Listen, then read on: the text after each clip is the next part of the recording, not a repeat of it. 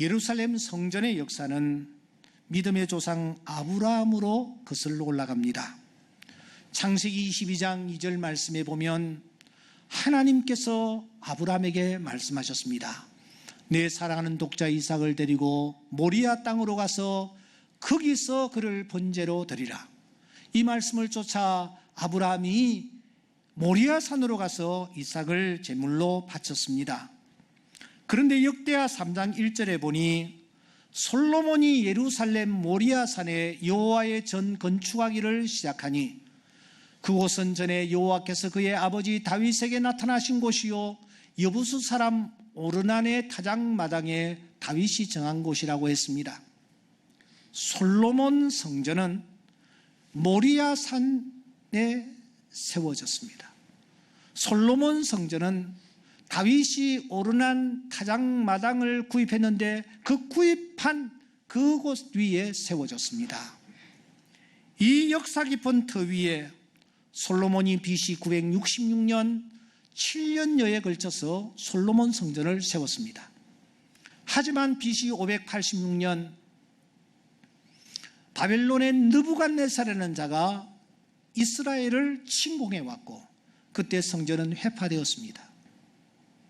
그 이후에 다시 그 이스라엘 백성들이 유대로 돌아와 스룹바벨을 중심으로 성전을 재건했습니다. 그 성전이 이름하여 스룹바벨 성전입니다.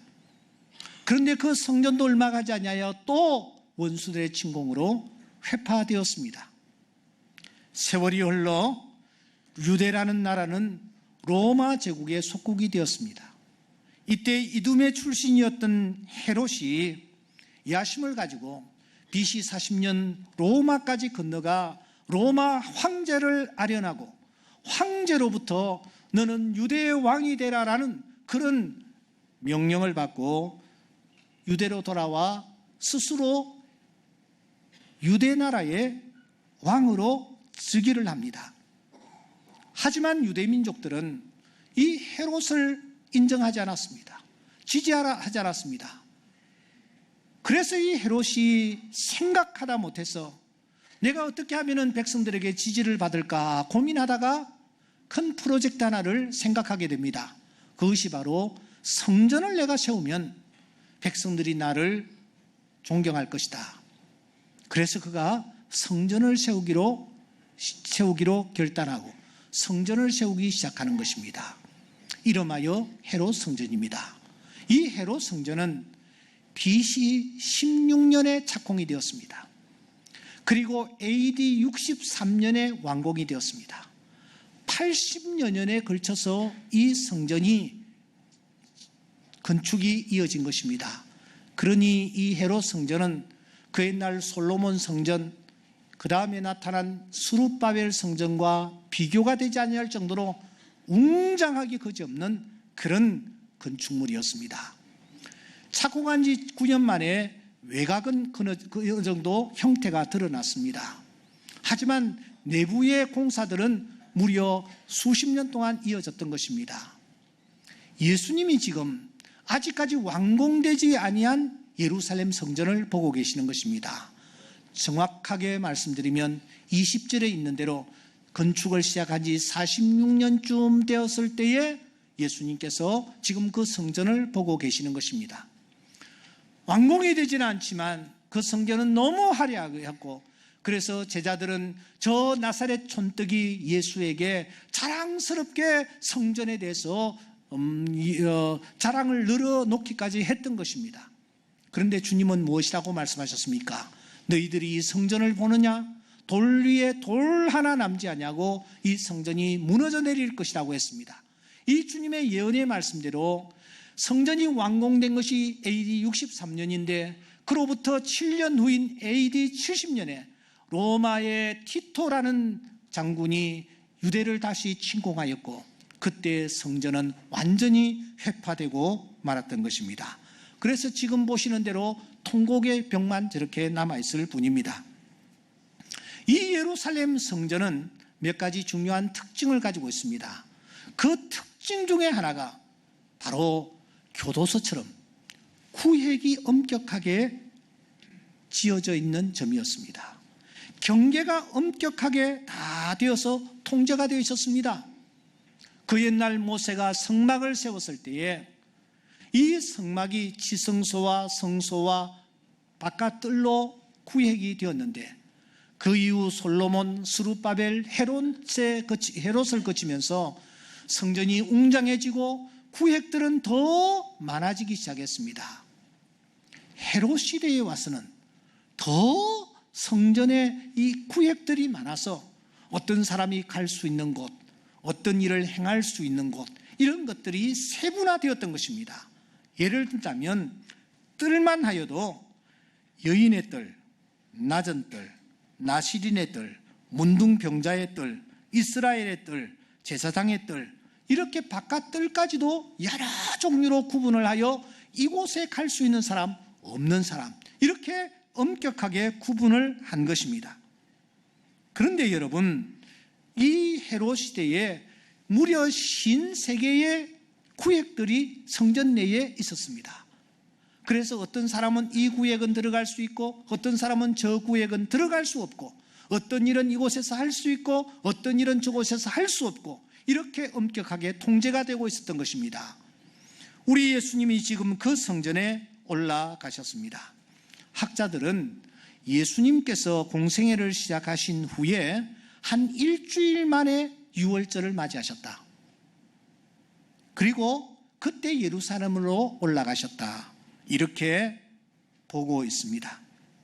그러니까 예수님께서 갈릴리 가나에서 물로 포도주를 만드신 직후에, 어떻게 보면 그 다음 날에 예수님께서 지금 예루살렘에 올라가신 것이 틀림이 없습니다. 그런데 바로 그때에 예수님의 눈앞에 어떤 일이 펼쳐지고 있었습니까? 오늘 2장 14절에 보면은 성전 안에서 소와 양과 비둘기 파는 사람들과 돈 바꾸는 사람들이 앉아 있는 것을 보시고 했습니다. 이게 무슨 말입니까? 유월절이면은 유대 사람들이 전부 예루살렘으로 몰려들었습니다. 예루살렘 성전은 순례자들의 순례지 1호였던 것입니다. 지금도 이슬람을 믿는 사람들이 자기네들의 그 순례지를 이렇게 순례합니다. 그래서 순례지가 되면은, 순례 때가 되면은 사람들이 압사하는 그런 일들도 일어나고 있지 않습니까? 유대인들이 그러했습니다. 6월절이면 이 최대의 명절 6월절에 저들이 예루살렘 성전에 몰려든 것입니다. 국내뿐만 아니라 국외의 디아스포라들도 이 6월절이면 다 몰려듭니다. 역사의 기록에 의하면 많이 몰릴 때는 220만 명이 몰려들었다고 합니다. 엄청난 숫자가 그 조그마한 도시에 몰려든 것입니다. 그런데 저들이 예루살렘에 오는 이유는 예루살렘 성전을 방문하기 위한 것입니다. 성전에서 예배를 드리고 제사를 드리기 위한 것입니다. 이 사실을 악용하여서 당시 성전을 관리하던 자들이 예루살렘 성전에 들어가려고 하면은 성전세를 모두 다 내야만 하도록 만들었습니다.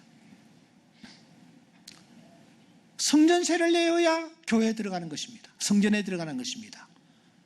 그런데 저들은 한 걸음 더 교묘하게 성전세를 내는데 자기네들 돈으로 내도록 하지 않았습니다. 자기네들이 만든 성전 돈을 만들어가지고 그 돈을 환전해가지고 성전세를 내도록 했습니다. 그러니까 전 세계 방방곡곡의 디아스포라들이 자기 지방에서 자기 나라에서 쓰는 돈을 가지고 왔는데 그 돈은 받지 않고 거룩한 돈을 내야 되니까 너희들이 환전을 해가지고 성전세를 내라. 그 가운데 엄청난 차액을 저들은 챙겼던 것입니다. 뿐만 아니라 당시만 하여도 저들은 하나님 앞에 제사를 드리고 있었습니다. 1년 된 수양과 수염소가 대표적인 제물입니다. 멀리서 정성스럽게 제물을 끌고 오면은 금력관이 있었습니다. 이 금력관들이 각가지 조건과 이유와 트집을 잡아서 저들이 가지고 온 짐승들을 가지고 제사를 드리지 못하게 방해를 했습니다. 그러면서 저들은 이렇게 말합니다. 여기 우리가 마련해 놓은 거룩한 제물들이 있으니 이 제물을 사가지고 이 제물을 가지고 들어가 제사를 드리라. 사실 자기네들이 준비한 제물들은 진짜 흠이 많은 것들이었습니다. 하지만 자기네들이 판 것이기 때문에 눈을 감아서 성전 안으로 들어갈 수 있도록 행한 것입니다. 기록에 의하면 이 과정에서 저들은 무려 16배의 폭리를 취하기까지 했다는 것입니다. 그러면서도 전혀 죄책감을 느끼지 않고 있었습니다. 이런 일들이 어디에서 벌어지고 있었느냐? 여러분 오늘 본문에 보시면 어디에서 벌어졌다고요? 2장 14절에 성전 뭐요? 안에서라고 말하고 있습니다. 성전 안이라고 표현하고 있는데 도대체 예루살렘 성전에 어디쯤에서 이런 일들이 자행되고 있었을까요? 유명한 주경신학자 핸드릭슨 박사는 여기에 이 성전은 성전 부지 안에 위치한 이방인의 뜰이었을 것이다, 그렇게 보고 있습니다. 정말 그럴까요? 여러분, 성전을 뜻하는 단어가 두 개가 있습니다. 하나는 히에로스라는 단어입니다. 하나는 나오스라는 단어입니다. 먼저 히에로스라는 단어는 성전 건물과 성전뜰 전체를 지칭할 때 사용하는 단어입니다. 우리 충정교회를 예를 든다면 예배드리는 여기뿐만 아니라 마당, 저 너머 주차장, 그리고 그놈에 있는 꿈숲, 그놈에 있는 교육관까지 그냥 다 지칭할 때 히에로스라는 단어를 썼습니다. 그런데 나오스라는 단어가 있습니다. 이 나오스라는 단어는 바깥 뜰을 지칭하는 것이 아니고 성전 건물, 더 정확하게 표현하면 하나님 앞에 제사를 드리는 공간을 나오스라고 그렇게 지칭을 했습니다. 오늘 본문을 보세요. 오늘 본문에 보시면 그런데 성전이라는 단어가 4번 등장합니다. 14절, 19절, 20절, 21절. 어떤 단어를 쓰고 있을까요? 성전 건물 전체를 뜻하는, 성전 전체를 뜻하는 히에로스일까요? 아니면 예배드리는 성소 나오스일까요? 제가 좀 살펴보니까 14절은 히에로스입니다. 그런데 나머지 3번은 모두 다 나오스입니다. 특히 성전을 놓고 예수님과 유대인들이 설전을 벌이고 있지 않습니까? 이때에 사용하신 단어는 한결같이 나오스입니다. 그러니까 히에로스라는 단어는 1번, 나오스라는 단어는 무려 3번이나 등장하고 있습니다. 우리가 여기에서 확인할 수 있는 것이 무엇입니까? 지금 엉뚱한 일들이 지금 벌어지고 있는데 그 성전 안은 저 뜰이나 바깥 이방인의 뜰에서 기퉁에서 일어난 것이 아니라 성전 건물 안에서 하나님께 예배드리는 공간에서 이런 일이 일어났다라는 것을 요한이 오늘 우리에게 지적하고 있다는 것입니다. 왜냐하면 예수님도 유대인들도 계속해서 나오스라는 단어를 쓰고 있기 때문입니다.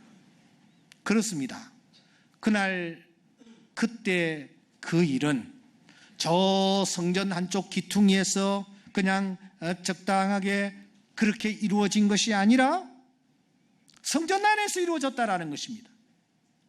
처음에는 분명히 바깥 한 기퉁이에서 매매하는 이런 일들을 행했을 것입니다. 그런데 어느 틈엔가 점점 성전 안으로 이런 행위가 밀려 들어왔습니다.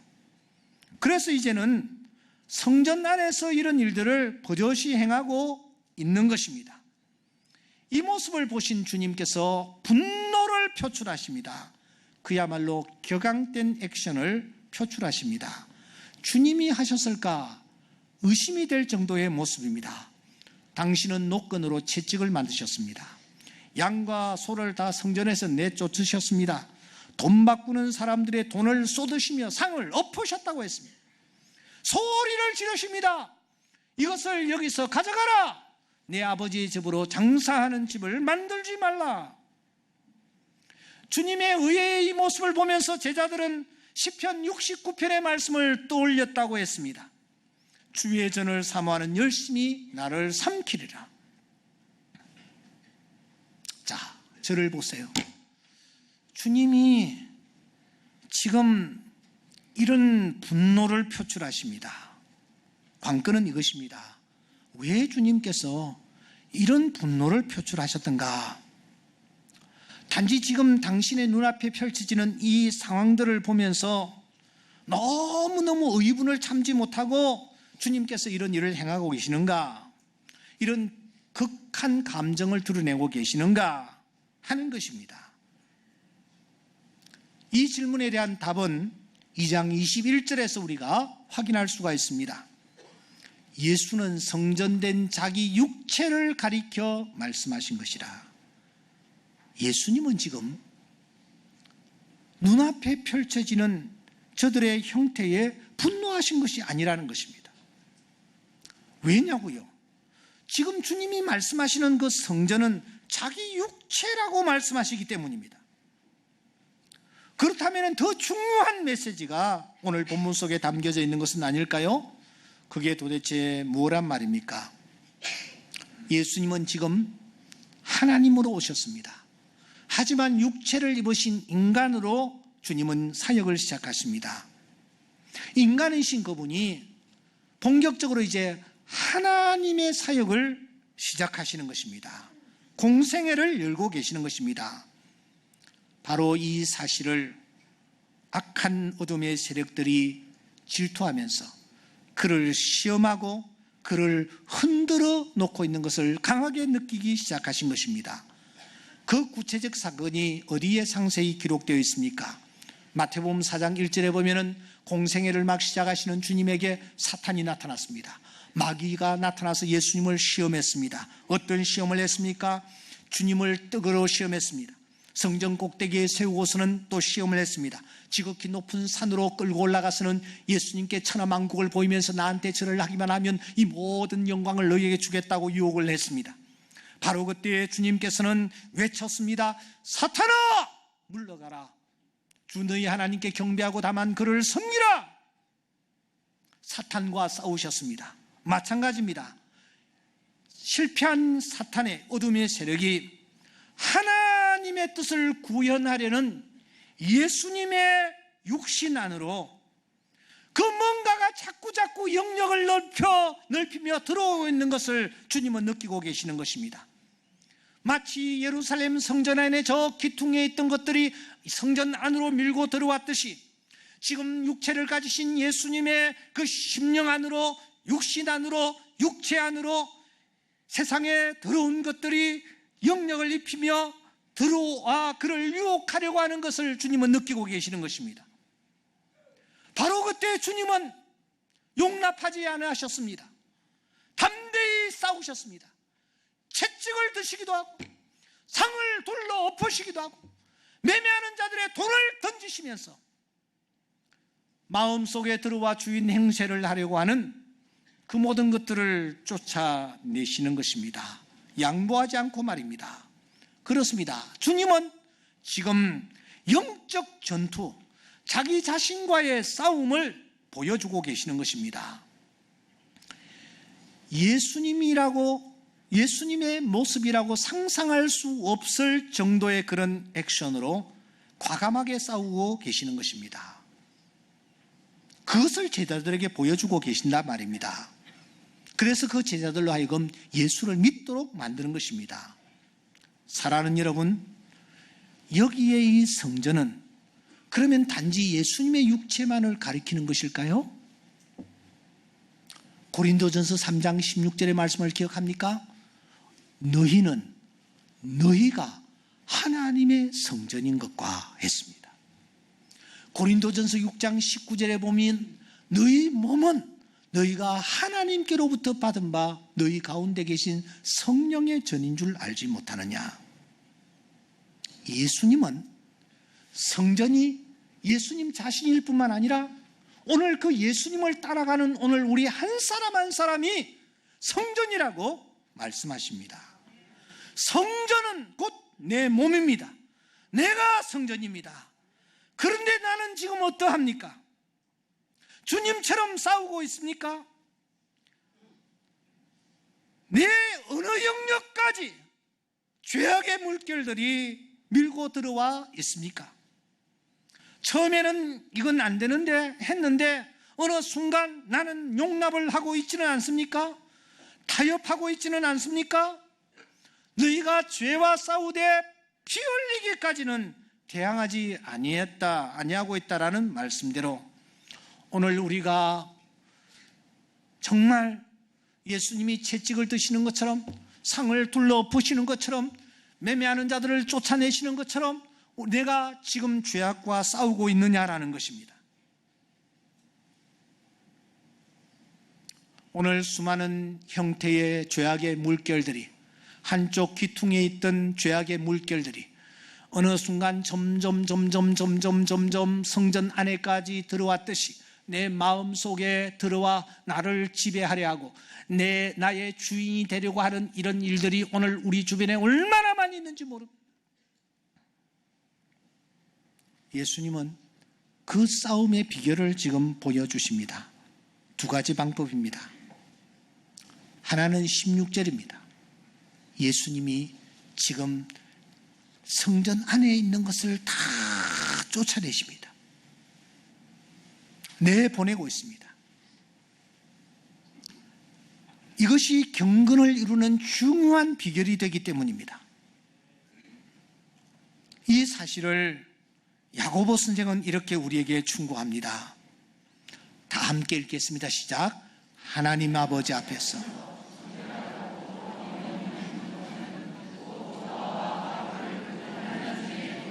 너무너무 중요한 말씀입니다. 한 번 더 읽겠습니다. 시작. 하나님 아버지 앞에서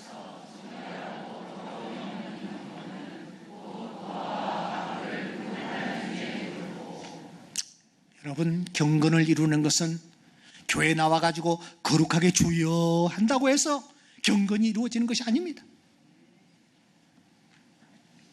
착각하지 마세요.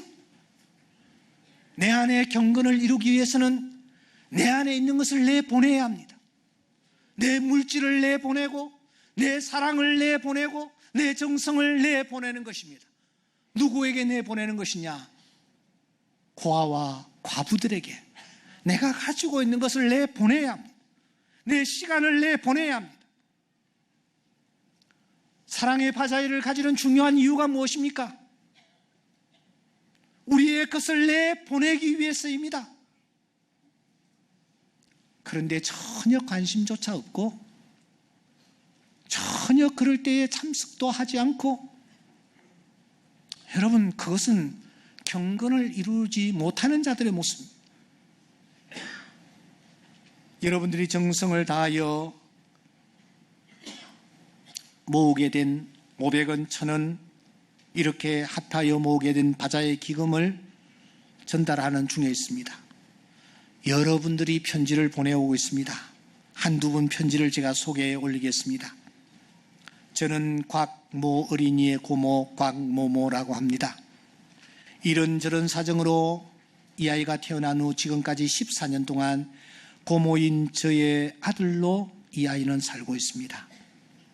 매 순간순간마다 안타까움과 가슴이 무너지는 소리를 사겨가며 지냈지만 그보다 더욱 큰 고통은 솔직히 경제적으로 벅차디벅찬 현실이었습니다.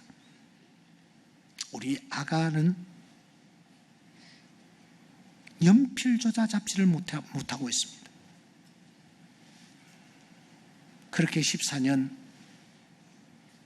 그런데 이 아가가 봄부터 이제 겨우 연필을 쥐고 선을 그을 수가 있게 되었습니다.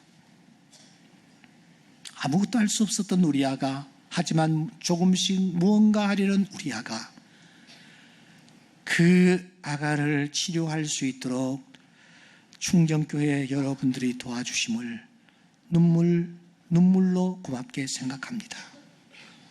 하면서 사진을 함께 보내왔습니다.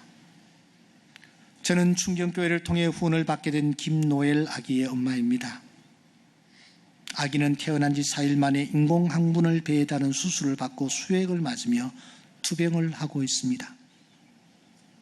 장복원 수술을 앞두고 있는데 돈이 없어 수술을 할 수 없는 상황이었는데 얼굴 한번 뵙지 못했지만 이렇게 따뜻한 마음을 전해주신 충정교회 후원자님의 따뜻한 마음에 저희 가족 모두 감사로 기도하고 있습니다. 사랑하는 여러분, 우리가 가지고 있는 것을 자꾸 내보내야 합니다. 그래야 내가 깨끗해집니다. 경건에 이룰 수가 있습니다. 성령께서 이 시간 우리의 마음을 다시 한번 열어주시기를 주의 이름으로 축원합니다. 제 설교 제목이 성전을 헐라입니다. 그래서 한 대지를 더 여러분들과 말씀을 드려야 되는데 오늘은 제가 시간상 여기에서 마무리를 하겠습니다. 담벼락에서, 높은 담벼락에서 담벼락을 바라보고 얘기를 나누던 저에게 소장님은 목사님이 이왕 오셨으니까 여기에서 제가 콩국수를 대접하겠습니다. 그렇게 얘기를 했습니다. 그래서 뜰 앞에서 간이로 마련된 곳에서 소장님과 함께 콩밥 아닌 콩국수를 제가 제대로 먹었습니다. 그때 그분이 했던 얘기를 실은 잊지를 못합니다. 목사님, 여러 가지 방법들을 동원하고 있지만 제가 이곳에서 5년 동안 교도소장으로 근무하고 있지만 참 힘듭니다. 제일 힘든 것은 예수 믿는 사람들이 향기를 바라지 못한 것이 제소자들에게 들려질 때마다 제소자들의 마음이 더 굳어지는 것을 느낍니다. 여러분들 가지고 계시는 것을 나누시기 바랍니다. 경건에 이르게 됩니다. 그것이 곧 성전을 허는 자의 자세입니다. 그리스도 안에서 내가 완전히 내 자신을 포기하고 내 자신을 부인하고 내가 그리스도의 십자가 밑에 내 자신을 복종시키는 이것이 바로 성전을 허는 것입니다. 이런 은혜가 우리 모두에게 넘칠 수 있기를 주의 이름으로 축원합니다.